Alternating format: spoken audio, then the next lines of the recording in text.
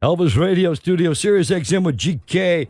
And we got a special guest in the studio, a little lady that I held in my arms the day she was born at Baptist Hospital. Priscilla, Lisa, how you doing? I'm very well, thank you. How are you, George? Good. How's it going for you? It's going really well. How's the album doing? I think it's going well. I mean, it's a lot. It's going to be work. It's not a top 40 record, so it's it's going well. Why did you move to London? Just a change of scenery, change of pace, something different for the little ones. I'm back and forth though a lot, so it's just something different. Did you record in London? I wrote all the songs in London, but we recorded it in Los Angeles. This guy, T-Bone Burnett, he's pretty hot, isn't he? That's right. Give me some earphones here, will you, Argo? Sure. All right, thank you very much.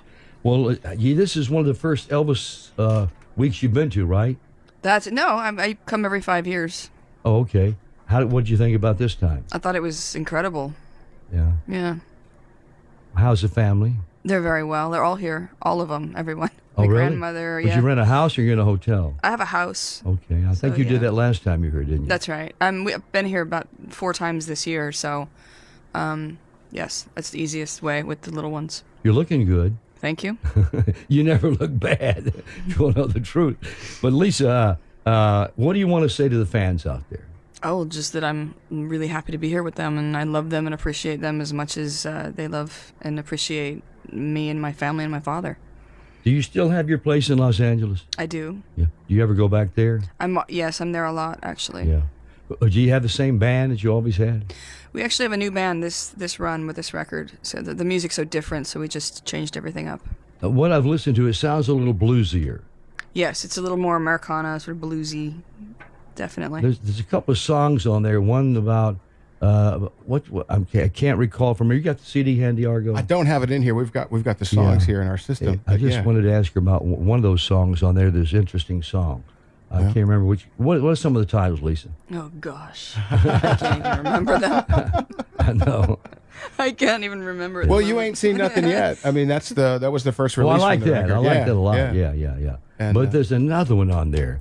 Because I've listened to it a bunch, but I can't remember. I'm like Lisa, I can't remember the titles. Well, in GK, I think last night it was a great surprise for everyone. And you said that the wheels were spinning. Last time we spoke, you said the wheels were spinning what was going to happen here for the concert. And last night, I Love You Because. And I saw on the screen, too, did T-Bone work with you on that as well? T-Bone produced the track, yes. And how did you decide that was the song you were going to do? Actually, T-Bone picked this song. Okay. So I sort of put him on the case and planted the idea, and then 2 weeks later said, "What do you think?" And he said, "I think this," and he sent me the song. I said, "Perfect, it's really beautiful, obscure, different, not anything that would be expected, and sweet." And so then it was down to getting it recorded and getting a visual with it. Now, all in a week. When he tells you what song it is going to be, did you practice it before you went into the studio? That day, I did. Okay. I was driving around in my car, harmonizing, trying to figure it out that day. That's what I wondered. I said, I wonder if she was driving around singing along with her It's dad. actually one of the hardest times I've ever had doing that. It's such a simple, beautiful song, but I had, when I've done In the Ghetto and Don't Cry Daddy, those were easy for me. This one it sounds easy, but it was actually really difficult harmony to figure out. Now, I know fans want to know, too, will this ever be released in any way? I think they're trying to figure out something, possibly for iTunes. I don't know. I don't normally do it I usually do this. I do these things specifically for the fans every 5 years. So, but, they might think of something clever. Well, are you going to go on tour? I just came off tour a month ago, and we are just about to go overseas. I'm playing the Grand Ole Opry next week. And, Oh, wow. How'd that come about? That just came about. I was asked and honored and said I would do it. So I think it's just 3 songs. Are you going to play the old Opry or the new Opry? It's the new. The new one? Yeah. Because I did a thing up there about 2 years ago called Nashville Salutes and Celebrates the Life of Elvis. And I was the master of ceremonies. And we did it in the old Grand Ole Opry because it was in the wintertime. That's where they go in the winter. In the summertime, they're not in the wintertime, they don't do the new Opry house because the tourists are not there. So they go back to the old Grand Ole Opry. And we had a great show. Vince Gill was on the show. What's his wife's name? Amy Grant. Mm-hmm. She was on the show. She really sings, man. Mm-hmm. And Pat Boone was on the show. Ronnie McDowell, T.G. Shepard. The Judd, Winona Judd was on the show. It was a great show. And it's the first time Nashville ever did that. And that's why I asked you, because the sound was terrific in the old Grand Ole Opry. I don't did know how it play is the in- old one. I did play the old one in 2003. Oh, you did? How did that go? I think it went well. It went well. I was opening for Chris Isaac at the time. So Isaac, what's he doing these days? I have no idea. You don't know? What are your plans? What are my plans? I'm doing the Grand Ole Opry, and then I'm going overseas to do all the promotion overseas for the record. And then I come back, hopefully do a tour in the fall, and just write out this record and work. What's as this much as deal on the possible. hologram that's coming up? You know anything about that, Lisa? Don't. There's nothing happening at the moment. We just have the right to do something if need be, but there's nothing happening right now. Yeah. You know, Jerry Schilling and I presented the hologram idea to Elvis 37 years ago. And you know what he said? We were playing racquetball, and this guy from Cal Polytech came to me with this idea, a guy from Memphis who was an engineer. I didn't even know what a hologram was at that time, 37 years ago. And his name was Charlie Patton. He said, GK, I got an idea for Elvis. I said, what is it? He said, it's a hologram. I said, hologram? What's that, man? The little thing you look through when you're a kid? He said, no. He said, so he had some glass prisms, and he started showing me stuff. And I said, man, can't believe will that work? He said, yeah, it'll work. And so I said, well, how will you do this? He said, well, if Elvis approves, we'll take him to Hughes Aircraft in Los Angeles. They're the only people in the United States that can do electronically the hologram thing, because it's so brand new. And he said, we'll shoot Elvis in his white outfit, and as the show ends, he will float out over the audience and wave goodbye to everybody. I said, man, will that thing work? He said, yeah, it'll work. And I said, what'll it cost? He said, $75,000. Which that was a lot of money back in those days. So we're playing racquetball, me and Jerry and Elvis, and there's a break in the action, and we're in this little room at the Racket Club, as a matter of fact, in Memphis. And I said, Jerry, you think it's time to lay it on him? And Elvis said, okay, what do you guys got cooked up this time? And I proceeded to get up and try to explain it to him. And I'm not going to exactly say what he said. I know. I can only imagine. I can hear it in my head. Yeah, so he stood up and he said, holla, blank. I'm not going to say anything. He said, well, how does that thing work? And I told him. And he stood up and he said, GK and Jerry, I appreciate you bringing it to me. But he had a great line. He said, I've never used a gimmick in my act, and I'm not starting now. And I thought that was cool, man. Mm-hmm. And I took it to Led Zeppelin, and they didn't want it. And I took it to Black Oak, Arkansas, and they couldn't afford it. But they were hot at the time. Black Oak was a pretty hot group at the time. But the point was, here 37 years ago, now it's going to happen. And I think it's going to be terrific. Yeah. You know, the other night, GK, Lisa Marie and Priscilla were here at the opening ceremony for the Candlelight Vigil. And this was the first time that you saw it here at street level. What were your thoughts? And you said that you were worried you might be a little emotional. Yeah, it's always been, I've always watched it from afar and admired it from the house, usually, from the upstairs.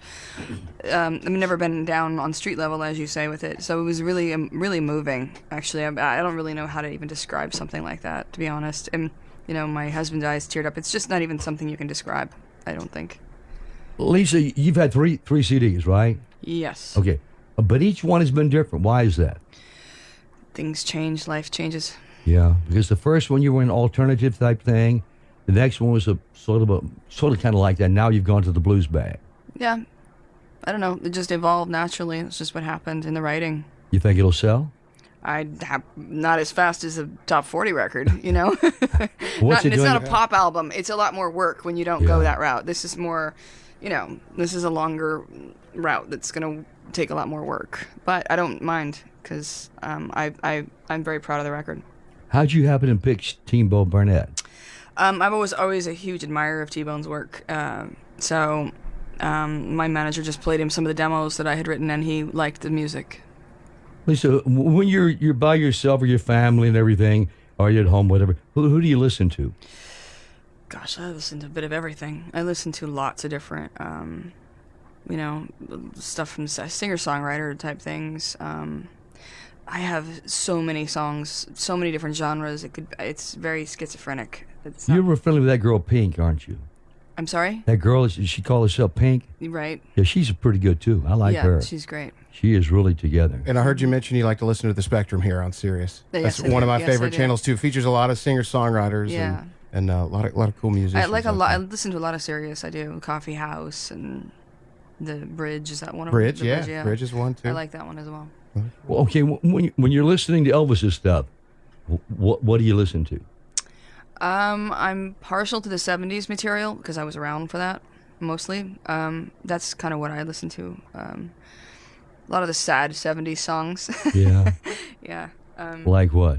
You know, Just Pretend. Well, that's a great song. Lots of those sort of It's Over, You Gave Me a Mountain, things like that. You think, and I know, but I want to see what you have to say about it. In that particular situation, Elvis and Priscilla were going through a situation, okay? You think, I'm pretty sure some of those songs were aimed at her. Like Separate Ways and Always on My Mind and other songs like that. And I thought he did a good job on them. I really did. But you know what, Lisa? His material, his songs today stand up as though we were cut 2 weeks ago. It's true. I mean, Suspicious Minds, man. There's not a male, in my opinion, of course, I'm a little biased. There's not a male singer in the world today that can outsing Elvis even today. Right. You think so? No. I agree with you. I would never. No. Now, Elvis I'm liked also Jackie biased. Wilson. But Jackie Wilson was his favorite singer. Did you know that? Yes. And And Roy then- Orbison as well. Yeah, well, he liked Roy's voice. Right. And Roy, he thought, had a lot of feeling. He once told me, he said, GK, the guy's got a great feeling to his voice. Roy Orbison. Roy wasn't much on stage, though. But Jackie was. Jackie was total package. Wow. Okay. Yeah, really and have it James, down. he liked James Brown. And one of the singers he really, really liked, you should dig out some of his stuff, is Roy Hamilton. If you go back and listen to some of Elvis cut 3 or 4 Roy Hamilton songs. He did, okay. And did Unchained Melody. Roy Hamilton had that. Elvis said he was going to cut it, and boy, did he ever. He nailed it, I think. But, you know, Elvis was a guy, Priscilla, I just wonder if you like this. Lisa. I'm sorry, Lisa. Okay, Lisa. Elvis didn't like to rehearse before he went in the studio. Do you? Not usually. Yeah. Not usually. He liked it to be spontaneous. I like to rehearse before live shows, but I don't. Not in the studio. So as soon as when you get to the studio, you've already selected the songs you want to cut, though. And then you play the demos for the band. And then they start working on the songs. Is that how it comes down? That's right. And how much input did you have with T-Bone Burnett? He gives a lot of artistic freedom. A lot. He also runs a really tight ship. He's got incredible musicians in his orbit that he always brings on to projects, and they know exactly. They'll listen and they know exactly what they're going to do. And he gives a lot of freedom, but he conducts very well, and he knows what he's doing. Did you ever give the idea to record in Memphis? I hadn't until we were doing. I did the Sun Sessions last time I was in town, actually in May. It hasn't aired yet, but we recorded there. So I thought How many songs you cut? 3. The sound is not there anymore. I thought it sounded really, really good. I could be wrong, but it sounded really good.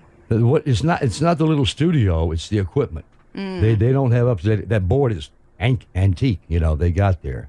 And a lot of guys have come in and tried to cut there and it didn't happen. Well, of course, they trucked in all the equipment I think they used when they did that session, too, for the Right. television Yeah, show. they did. And they They mixed did. it They all. brought in- Yeah, they brought in Now, all who the you talking equipment. about? When she cut Sun Oh, Sessions. when you cut his when son, she they cut brought the there. truck in. Yeah. But that's what Chips Moman did, yeah. When he cut the class of 55 with Johnny Cash, Roy Orbison, Jerry Lee Lewis, and Carl Perkins, he bought that truck in from Nashville and parked it behind the studio. You did the same thing? That was cool. Now, I think that would work. When is that coming out? I'm not sure. They said the end of the year. But have you ever thought about doing a real session in Memphis? I have thought about it. We'll see how it goes. I mean, again, I heard, we want to make sure we get the good sounds and equipment. Yeah, yeah. If we're going to do that. But yeah. It wouldn't be out of the question. Yeah, they got some pretty good studios here. They really do. Of course, American is Gone, where Elvis cut those fantastic songs like Suspicious Minds and In the Ghetto and Don't Cry and all those great songs. That studio's unfortunately it's gone away. They tore it down. I hate to say that, but I'd like to see you cut in Memphis sometime. That'd be good. It'd be great if you get Chips Moman to come back and help produce, but I don't think he's able. He's on the sick list right now. He had a couple of strokes and he can't play guitar anymore. I think he was at the Memphis Boys thing that night when he Yeah, he was there the other night, and it was a cool vibe. And And I get a sense lately that you have this, and I know you've always had pride about Memphis, Tennessee. It's where you're from. But as a lifelong Memphian, I got to say, number one, it's cool sitting here with the both of you. But number two, With her, not me. I'm glad that I hear you talking about Memphis, and you're kind of shining the light back on Memphis. So well, yeah. keep at it. I think Memphis deserves it. I think it's important. It's true. It needs more light on it, as you say. Well, that's great. What else, Lisa? What can we talk about? We can talk about you dressing up as a monster. Whoa. Okay, here's Igor. somebody asked me the other night about a memory in the jungle room, and I said, actually, I remember sitting here watching TV with my father, and he had it worked out with George Klein that George would get dressed up in a full-blown Planet of the Apes outfit, and his name was Lenny the monster. Yeah. And he would write me notes around the house, and it was like this little friend that I had that everyone pretended they couldn't see but me. So I'd be sitting in a room watching TV, and this ape face would come into the window, and everyone would act like, including my father, he had no idea that it was in the window, and I was going and looking at this, and it was George the whole time. I had no idea. That's right. Finally, after years of this, or I'd get a little note saying, come meet me. It's your friend, don't tell anyone. It's your friend Lenny, come meet me, over here. And I'd go outside and see him standing somewhere kind of far waving at me. It was kind of creepy, actually. But but it was this nice, special friend that I had that nobody knew about but me. And they all would, it was like I was losing my mind. It was really funny, though. That's something that I thought of the other day, because I remembered that in the jungle room, and everyone acted like they didn't see you. What it was, Argo, the Planet of the Apes had just been made, the motion picture. And Richard Davis and Alan Fortas, two of Elvis's guys, worked in the picture as extras. And they swiped a couple of those masks. And Richard had one in his car, and that's how, now took a raincoat and put it on backwards. And here you go. Yeah. Put the mask on. Well, that's great. But now this is your husband over here. That's right. And he plays a good guitar. I've Yes, heard he him play. does. You play. Yeah. What's his name? Michael Lockwood. That's right. I'm sorry. Michael, you play really good, man. Thank you. You sure do. And, well, Lisa, man, it's great seeing you and sitting down, doing a sit-down with you. We haven't done one. And it's kind of historic for me to do this. Mm-hmm. And I really, really appreciate it. There's so many questions. And just before I got here, they told me you were going to be here. Yeah. If I'd thought about it, I had a whole list of questions, but I don't work from a prepared sheet of questions. I just, as you know, I go just off the top of the top of my head. Been That's the doing way a you long like it time. anyway. Mm-hmm. Yeah, and I'm just trying. There's a million questions are popping into my head, you know, about the day she was born and riding those golf carts around Graceland at Christmas time. 2 minutes? 2 minutes. Okay. Who says that, you or her? Have you seen me say anything? No. I haven't said anything. Lisa will stay here as long as she wants, right, Lisa? She'll stay. Actually, they have something up there for me set up. Lisa's her own lady, believe you me. But it's been a busy week too. This week has been busy not only for you Yeah. and for you, George. It's been But a very busy. I lay an week. Elvis line on you. When we were somewhere, and they said, Elvis, we got to go now. He said, who signs the checks? He said, I'll go when I want to go, man. But, gosh, just looking at Lisa brings back so many wonderful memories, and we love her to death. We really do, really And likewise. love her the most. And, gosh, she's done nothing but, uphold the memory tremendously, I think. Thank you. And, gosh, we're pulling for her so much. Lisa, I know when you were with Jerry Schilling for a while, and you were off at some movie parts. You ever think you'll do any movies? I don't think so. It's not really. That's not really where my heart is. I think I'm just I'm a songwriter, singer-songwriter. Is what I do. But Well, her daughter's a big movie my daughter's star. Yeah. very Yeah, I big know. acting She's right doing. now. She's in a bunch of stuff. She's got 5 movies this year that are coming out, and she's right now in Africa shooting Mad Max with Charlize Theron, and they're there for 6 months actually. Lisa, some of the artists who are out there today, the up and coming artists, so to speak, that are on the charts and are happening. Anyone that you like? I like a lot of different. I think all different music has a different place. There's tons of different great music out there. I wouldn't think of anything specific at the moment because I don't tend to listen. I was saying earlier, I listen to a lot of satellite radio. It's just kind of a mix of everything. So, You ever listen to this show? yeah, of course I do. You know what? If my little ones are in the car and we pass, if I accidentally go past this station and Finley hears or Harper hears her grandfather singing, she will make me go back. Okay. Lisa, it's great to see you, girl. There's situations that happen in life, but I'd have to say that I love you, and always will because of Elvis and because of who you are. And you have the Presley name. And if we can ever do anything for you, just give us a shout. Well, thank you. Likewise, George Klein. Okay. It's good to see you as well. Okay.